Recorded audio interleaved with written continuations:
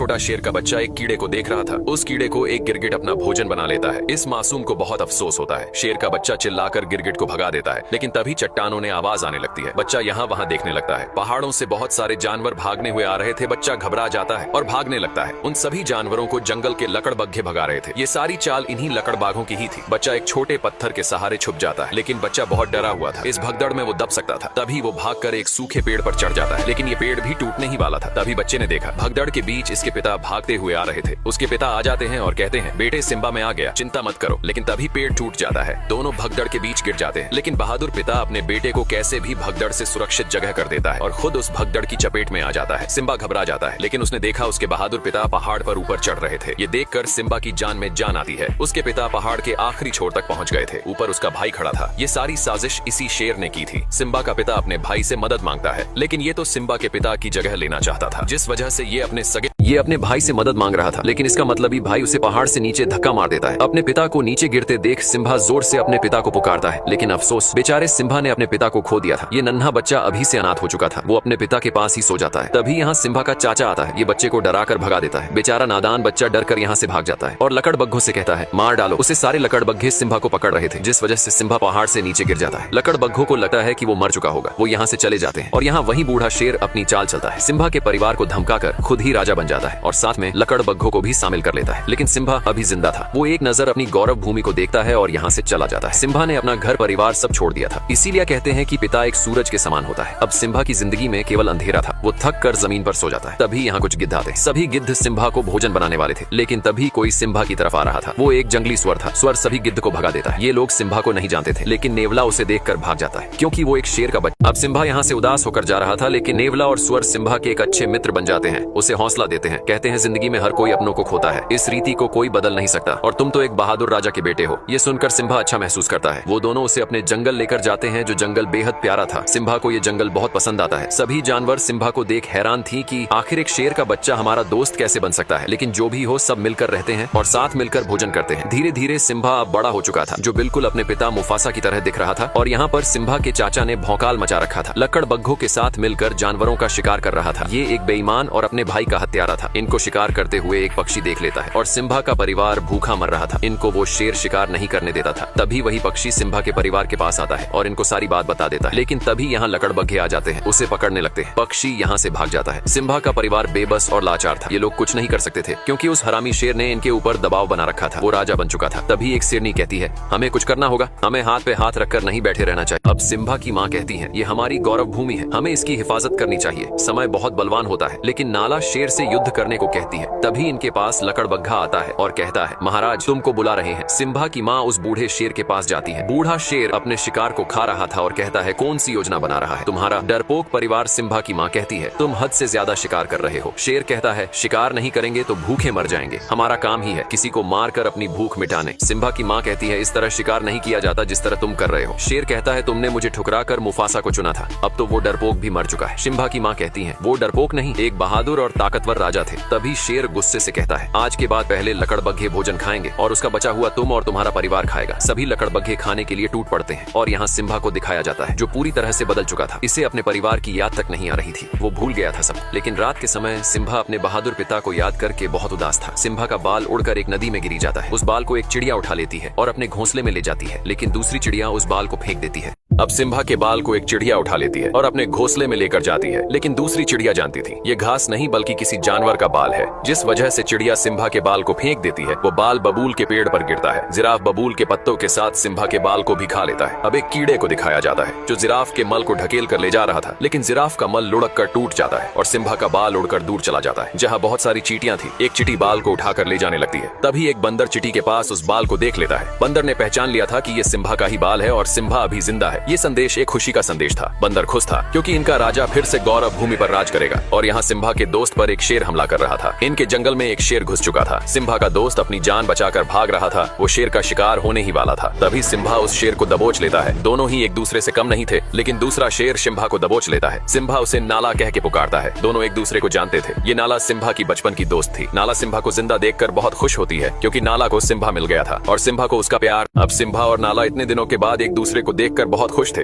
नाला सिम्बा का बचपन का प्यार था। सिम्बा कहता है, नाला, इस जंगल में तुम्हें बहुत अच्छा लगेगा, यहाँ सुकून है। नाला कहती है, सिम्बा, तुम्हें अपने घर चलना होगा। उस बूढ़े शेर ने हमारी गौरव भूमि बर्बाद कर दी है। तुम हमारे राजा हो, सब तुम्हें देखकर बहुत खुश होंगे। सिम्बा कहता है, मुझे कहीं नहीं जाना, मेरा यही घर है, तुम भी यही रुक जाओ, इस जगह तुम्हें बहुत अच्छा लगेगा। सिम्बा नाला को पूरा सुंदर जंगल घुमाता है। दोनों बहुत मस्ती करते हैं। ये जगह नाला को बहुत पसंद आती है क्योंकि इस जंगल में सचमुच सुकून था। दोनों इस पल को जी भर के जीते हैं। तभी नाला कहती है, सिम्बा, अगर तुम जिंदा थे तो तुम घर क्यों नहीं आए? उस बूढ़े शेर ने पूरी गौरव भूमि तबाह कर दी है। हमें कई दिन भूखे भी सोना पड़ता है। लेकिन सिम्बा कहता है, मुझे इससे कोई मतलब नहीं है, अब यही मेरा घर है, मैं इसे छोड़कर नहीं जा सकता। सिम्बा बहुत बदल चुका था, वो भूल चुका था अपने लोगों को। नाला कहती है, कैसे शेर हो तुम? तुम्हारे पिता और तुम में जमीन आसमान का फर्क है। तुम एक कायर हो, डरपोक हो। इतना बोलकर नाला यहाँ से चली जाती है। अब सिम्बा रात के समय जंगल में उदास घूम रहा था। तभी वही बंदर सिम्बा के पास आता है और कहता है, सिम्बा, पहचानो खुद को कि तुम कौन हो। सिम्बा बंदर की बात को अनसुना करके जाने लगता है। तभी बंदर कहता है, मैंने अब सिम्बा अपने घर जाने से मना कर देता है क्योंकि सिम्बा का अब से यही घर था। नाला कहती है, सिम्बा, हमें तुमसे उम्मीद थी कि तुम हमारी और गौरव भूमि की रक्षा करोगे, लेकिन तुम तो डरपोक और बुजदिल निकले। इतना बोलकर नाला यहाँ से चली जाती है। लेकिन सिम्बा को कोई फर्क नहीं पड़ रहा था। अब सिम्बा उदास होकर जा रहा था। तभी इसे वही बंदर मिलता है। सिम्बा उस बंदर को नहीं जानता था, लेकिन बंदर सिम्बा और उसके पूरे परिवार को जानता था। बंदर सिम्बा के पास आकर कहता है, सिम्बा, पहचानो तुम कौन हो। लेकिन सिम्बा उसकी बातों को इग्नोर करके जा रहा था। तभी बंदर कहता है, मैंने मुफासा के बेटे को गोद में खिलाया है। इतना सुनते सिम्बा रुक जाता है और कहता है, तुम मेरे पिता को कैसे जानते हो? बंदर कहता है, तुम्हारे बहादुर पिता को कौन नहीं जानता, मैं तुम्हें तुम्हारे पिता से मिलवा सकता हूँ। सिम्बा बंदर के पीछे पीछे भाग रहा था। सिम्बा को लग रहा था कि उसके पिता जिंदा है, लेकिन बंदर सिम्बा को एक नदी के पास लाता है और कहता है, देखो अपने पिता को। सिम्बा पानी में अपने चेहरे में पिता का चेहरा देखता है। बंदर कहता है, तुम्हारे पिता तुम्हारे अंदर है। तभी सिम्बा को आसमान से आवाज आती है। वो इसके पिता थे। वो कहते हैं, बेटा सिम्बा, तुम एक शेर हो और शुरू से ही शेर जंगल का राजा रहा है। इतनी बातें सुनने के बाद सिम्बा में अपने पिता की ताकत और वो जोश महसूस हो रहा था और निकल पड़ता है।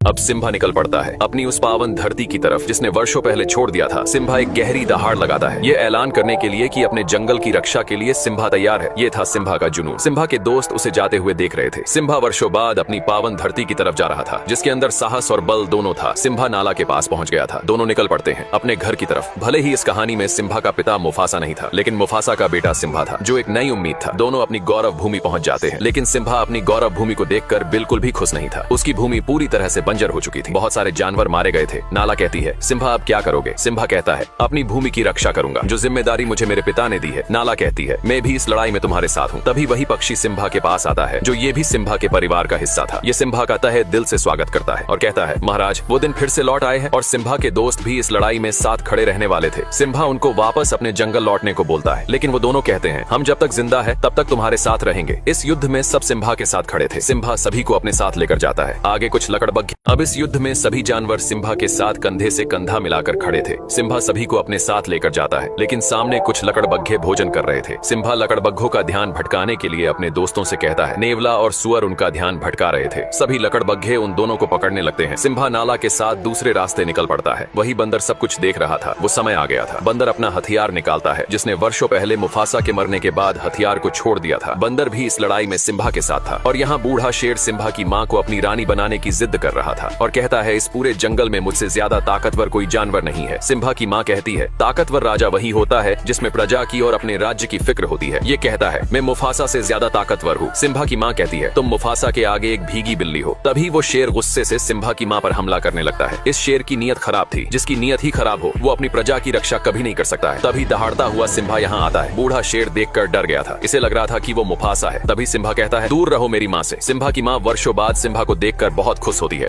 अब सिम्बा दहाड़ता हुआ यहाँ आता है। बूढ़ा शेर उसे देखकर डर गया था। इसे लग रहा था कि वो मुफासा होगा। सिम्बा कहता है, दूर रहो मेरी माँ से। सिम्बा की माँ वर्षों बाद सिम्बा को देखकर बहुत खुश थी। जो दिया वर्षों पहले बुझ गया था, वो फिर एक नई रोशनी लेकर आया था। बूढ़ा शेर कहता है, भतीजे, तुझे जिंदा देखकर बहुत खुशी हुई। सिम्बा कहता है, कोई एक वजह बताओ चाचा की तुम्हें जिंदा छोड़ दूं। बूढ़ा शेर कहता है, ये मत भूलो, तुम जंगल के राजा के सामने खड़े हो। तभी नाला कहती है, अब से हमारा राजा सिम्बा है, उसके लिए हमें भले ही युद्ध ही क्यों न करना पड़े। सिम्बा का परिवार भी युद्ध के लिए तैयार था। सिम्बा कहता है, हार मान लो चाचा। बूढ़ा शेर कहता है, मैं नहीं चाहता कि मेरे हाथ हो, तुम सब मारे जाओ। तुम सब मेरा परिवार हो। और क्या तुम सबको पता है तुम्हारे इस सिम्बा ने क्या किया है भतीजे? तुमने इनको बताया नहीं कि तुम अपने पिता मुफासा के हत्यारे हो। अपना गुनाह कबूल करो और बताओ सबको कि तुम्हारी वजह से हमारे महान राजा मारे गए। सिम्बा का पूरा परिवार सिम्बा को देख रहा था। तभी सिम्बा कहता है, हाँ, मेरी वजह से मारे गए थे मेरे पिता। तभी बूढ़ा शेर कहता है, आखिर कर लिया कबूल, हत्यारा है ये अपने पिता का। इसी की वजह से आज महाराज हमारे बीच नहीं रहे। ये क्या राजा बनेगा जिसने अपने पिता को ही निगल लिया। बूढ़ा शेर सिम्बा की बातों को दबाता हुआ उसे पीछे लेकर जा रहा था। सिम्बा घबरा गया था और कहता है, मैं राजा नहीं बनूंगा। तभी सिम्बा अब बूढ़ा शेर सिम्बा की बातों को दबाते हुए उसे पीछे लेकर जा रहा था और जोर से चिल्लाकर कहता है, झुकाओ अपने सर को। तभी सिम्बा का पैर फिसल जाता है। सिम्बा चट्टान पर लटका हुआ था। यहाँ जोर की बिजली कड़कती है। ये वो आखिरी पल था जिसमें एक पापी का अंत तय था। बूढ़ा शेर कहता है, ये नजारा मैंने वर्षों पहले देखा था, बिल्कुल तुम्हारी तरह ही मुफासा ने मेरी आंखों में देखा था। बूढ़ा शेर उछलकर सिम्बा के पंजों को दबा लेता है और कहता है, एक राज की बात बताऊं भतीजे, तेरे बाप मुफासा को मैंने ही मारा था। इतनी बात सुनते ही सिम्बा अपने पिता के उस दुख भरे पल को याद करने लगता है। तभी सिम्बा जबड़े से उसके बाल पकड़कर ऊपर आ जाता है और चिल्लाकर कहता है, कैसे भाई हो तुम, अपने सगे भाई की ही हत्या कर दी। बूढ़ा शेर कहता है, ये झूठा बोल रहा है, इसकी बात मत सुनो। तभी सिम्बा की माँ कहती है, तुमने मुफासा को नहीं मारा तो उनकी आंखों में कैसे देखा। बूढ़े शेर का अंतिम समय आ चुका था। तभी बूढ़ा शेर लकड़बग्घों से कहता है, मार डालो सबको। सभी लकड़बग्घे सिम्बा के ऊपर टूट पड़ते हैं, लेकिन सिम्बा सभी लकड़बग्घों को जबड़े से दबाकर फेंक रहा था। नाला अपने परिवार को हमला करने को कहती है। सिम्बा का पूरा परिवार लकड़बग्घों पर टूट पड़ता है। ये था एक भीषण युद्ध जो सत्य और असत्य के बीच हो रहा था। सभी लकड़बग्घे सिम्बा को नोच रहे थे।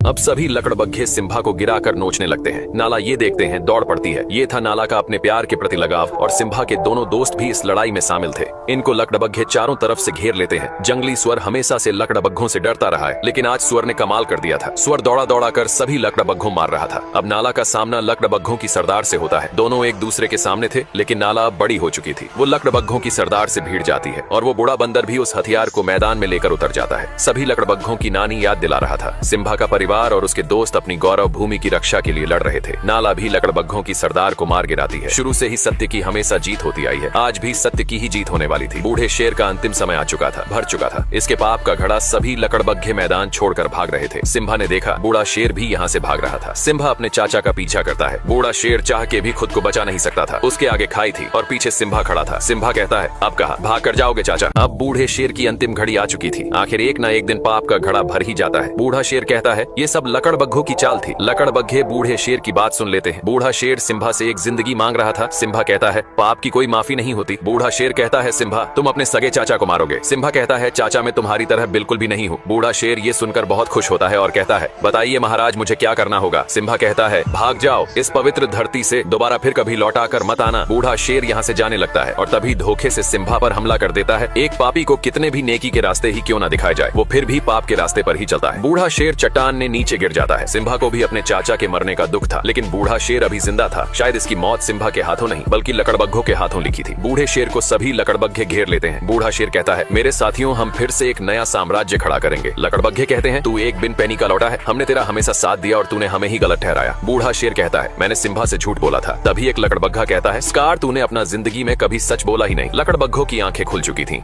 सभी लकड़बग्घे बूढ़े शेर पर टूट पड़ते हैं। ये था एक बुराई का अंत। इस लड़ाई में फिर से अच्छाई की ही जीत हुई थी। अब सिम्बा अपने परिवार से मिलता है। सिम्बा का परिवार फिर से एक जीती जागती जिंदगी जीने वाला था। सिम्बा उस बंदर से भी मिलता है जिसने सिम्बा को हौसला दिया, उसे उसकी पहचान बताई। आखिर एक सच्चा राजा वही होता है जिसमें अपने प्रजा और गौरव भूमि की फिक्र हो। ये सब सिम्बा के अंदर था। वो एक वीर सम्राट था, एक वीर योद्धा था और इस गौरव भूमि का एक राजा भी था। सिम्बा के राजा बनने से सभी जानवर बहुत खुश थे। जिस जिंदगी को डर कर जिया करते थे, अब उस जिंदगी को खुलकर जीने का समय आ गया था। सिम्बा और नाला के प्यार से एक प्यारा बच्चा हुआ। सिम्बा के बाद इस गौरव भूमि की रक्षा करने वाला सम्राट। ये स्टोरी यहीं पर समाप्त होती है। फिर से लौटेंगे ऐसी ही एक मुफासा की बचपन की स्टोरी लेकर।